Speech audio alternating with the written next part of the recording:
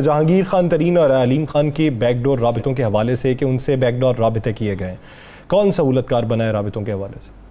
देखिए, मेरे पास तो इतला ये है कि आइंदा 24 घंटों में जहांगीर तरीन और वज़ीर-ए-आज़म पाकिस्तान इमरान खान साहब की टेलीफोनिक गुफ्तगू होगी और उनमें इस वक्त बरतानिया में मौजूद खान साहब के करीबी दोस्त जो हैं वो अहम तरीन रोल अदा कर रहे हैं।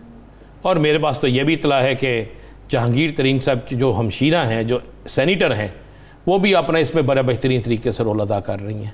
मेरे पास तो इतला ये भी है कि बाकायदा अब्दुल अलीम खान साहब जो हैं वो जितनी मर्ज़ी बाहर मुलाकातें करके आए हैं, उसके बावजूद कुछ करीब तरीन लोग जो हैं दोनों इतराफ़ के, वो इस वक्त तक भी उनसे मुलाकात कर चुके हैं।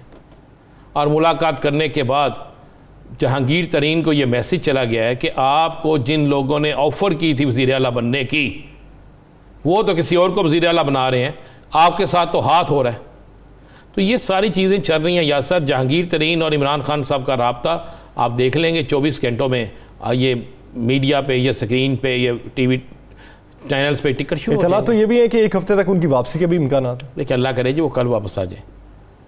अब जब फैसले करने की बारी आएगी तो वापस आना पड़ेगा, जब फैसले करने की बारी आएगी। देखें, जिनको पता था अदम इत्मीनान का बानी, उन्होंने उस हिसाब से टिकट कटवा के रखी हुई है। जिनको नहीं पता था, जो समझते थे, मुझे एक बात बताएं, एक अपोजिशन रहनुमा ने तो दावा कर दिया था कि 18 तारीख को अदम इत्मीनान आ रही है। अभी पता ही नहीं था किसी को कब क्या आ रहा है, तो ये चलता है। आज की मुलाकात का नतीजा क्या रहा? जो आज की मुलाकात, हम वो उस पर बाद में आते हैं कि जो मौलाना फजलुर रहमान, आसिफ जरदारी और शहबाज शरीफ साहब की जो मुलाकात है उस पर बाद में आ जाते हैं। लेकिन जो हमजा शहबाज ने मुलाकात की है उसमें ये बातचीत हुई है कि पहले नून लीग ने डिसाइड किया अपने इजलास में कि अगर वो हमारा साथ देता है तरीन ग्रुप, तो उसके हर शख्स को उसके कद काट के हिसाब से अकोमोडेट किया जाएगा। क्या ऐसी बातें हुई?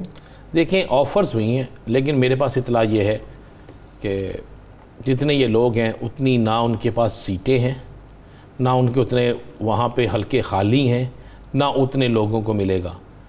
हर वो शख्स जो इनके साथ जा रहा है उसके साथ उसे याद रखना चाहिए, मंजूर भट्टू के साथ जो हुआ था ये आगे भी हो सकता है। हमजा शहबाज की गारंटी या शहबाज शरीफ की गारंटी कोई अहमियत नहीं रखती। गारंटी मुस्लिम लीग नून के अंदर अगर टिकट देने की किसी की होगी तो वो मियाँ मोहम्मद नवाज शरीफ की होगी। ये आप बात जहन में रख लीजिएगा। और एक वादा तो मुझे याद अच्छी तरह जमात इस्लामी के साथ भी इत्तेहाद का हुआ था, तो उस वक्त जमात इस्लामी वाले रोज़ाना जाते थे, हर कार बेचारे देखते रह गए और लियाकत बलोच को भी उनकी नशिस्त पर नहीं मिल सकी थी।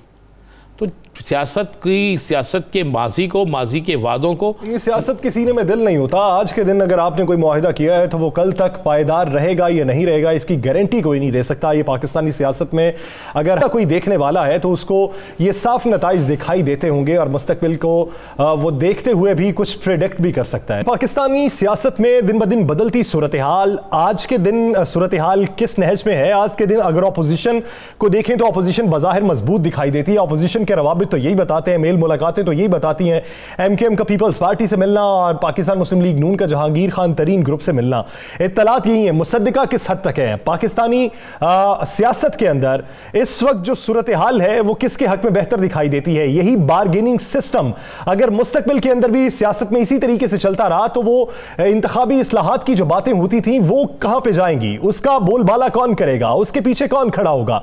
अगर नई हुकूमत आती है तो नई हुकूमत को मुश्किलात क्या दरपेश होंगी? इस हुकूमत को घर भेजने के लिए मैकेनिज्म क्या है? इस पूरे सियासी मंजरनामे पर बात करने के लिए हमें ज्वाइन किया पाकिस्तान मुस्लिम लीग नून के सीनियर रहनुमा कैसर अहमद शेख साहब ने, पाकिस्तान तहरीक इंसाफ की रहनुमा आलिया हमजा साहिबा ने और पाकिस्तान पीपल्स पार्टी के रहनुमा शहजाद सईद चीमा साहब ने हमें ज्वाइन किया। मैं तमाम हजरात का बेहद मशकूर हूं।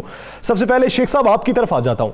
शेख साहब, आज की अगर मुलाकातें देखें, जहांगीर खान तरीन ग्रुप से opposition leader Punjab assembly Hamza Shahbaz की मुलाकात, उससे पहले आपकी पार्टी का इजलास भी हुआ, वो जो पुराने आपके सियासी हरीफ भी रहे, आप उनको भी अपने साथ अपने मकासद के लिए मिलाना चाहते हैं। पाकिस्तान पीपल्स पार्टी को देखें, जो उनकी सबसे बड़ी हरीफ थी एमक्यूएम, वो उनको भी साथ में लाना चाहते हैं। यानी एक हरीफ को गिराने के लिए 5-6 हरीफ मिल के एक एका कर लें तो उससे नताइज बेहतर कैसे मुतवक्के हो सकता है? बिस्मिल्लाहिर्रहमानिर्रहीम।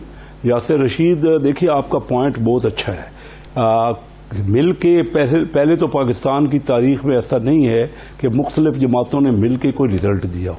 लेकिन मैं आपको ये बताऊं कि इस जमात ने यानी PTI और उनके एलाइज ने जो बिगाड़ पैदा कर दिया है ना, ये भी पाकिस्तान की तारीख का यानी नहायत ही ऐसा बिगाड़ है जिसको ठीक करना, मैं आपसे मुतफिक हूँ कि कोई और हुकूमत भी आ जाती है, ये जो हम कोई अगर मिल के भी, तो इतना आसान नहीं है। जो बिगाड़ हो गया है और जो दुनिया में इकनॉमिक का सूरत हाल है, बहुत मेहनत हमें करनी पड़ेगी। लेकिन ये दिन ब दिन जो इन्होंने जो पाकिस्तान की रेपुटेशन ख़राब की, यहाँ पे कोई बाहर का पैसा लेके आने को तैयार नहीं, इन्होंने नैब को इतना ज़्यादा एक्टिवेट किया कि यहाँ को बिजनेस करने को पाकिस्तान में नहीं आता, ना लोकल और ना बाहर का। तो ये हालात कुछ कॉन्फिडेंस आएगा। जो स्टॉक एक्सचेंज है लोएस्ट है, आज आप देख लीजिए, मैं खुद उसका स्टॉक एक्सचेंज का बहुत बड़ा बिजनेस करता हूं। आप अंदाजा कर लीजिए कि वो जो हमारी $100 बिलियन की वैल्यू थी, आज वो 45 बिलियन से भी कम चली गई है उसकी कैपिटलाइजेशन। शेख साहब, और वैसे भी आपकी बात दुरुस्त है। शेख साहब, आपने जी। हमेशा बड़ी अच्छी बात की है, सियासत में कुछ असूल होते हैं। देखिए, सियासत कोई साइंस तो नहीं है। साइंस में ये होता है कि ये फलां चीज़ आप करेंगे, फलां प्रोडक्ट बनेगी, उसका एग्जैक्ट। मैंने ये पूछा, सियासत के कोई असूल होते हैं? सियासत जो है ना, असूल हमारे यहाँ तो सियासत के असूल कोई खास मैंने नहीं देखे, मैं आपको फ्रैंकली बात करूँ। चलो, मैं यही आपसे जानना चाहता था, क्योंकि जिसको आपकी क़यादत ATM कहती रही, जिसको चीनी चोर कहती रही, जिनको आप बुरा कहते रहे, आज आप उनसे हमदर्दी हासिल कर लेते हैं, उनकी हिमायत ले लेते हैं, तो फिर आपने खुद ही कह दिया सियासत के असूल कोई नहीं। तो फिर आगे जाके भी ये जो इत्तेहादी हैं, क्या इनके साथ भी इसी तरह चलता रहेगा? जी, तवक्को है कि क्योंकि इतने ज़्यादा वो ज़िच हुए हैं हम सब, और इतना ज़्यादा उन्होंने चोर डाकू और जो खिताब हमें दिए हैं। देखिए ना, एहतराम तो होता है ना, सियासत में एक दूसरे का एहतराम रहा है। जो इन्होंने नई जो ये शुरू की ना सियासत की गर्दान, ये चोर डाकू की, ये किसी से हाथ मिलाना नहीं चाहते, अपोजिशन लीडर से भी मिलते नहीं हैं।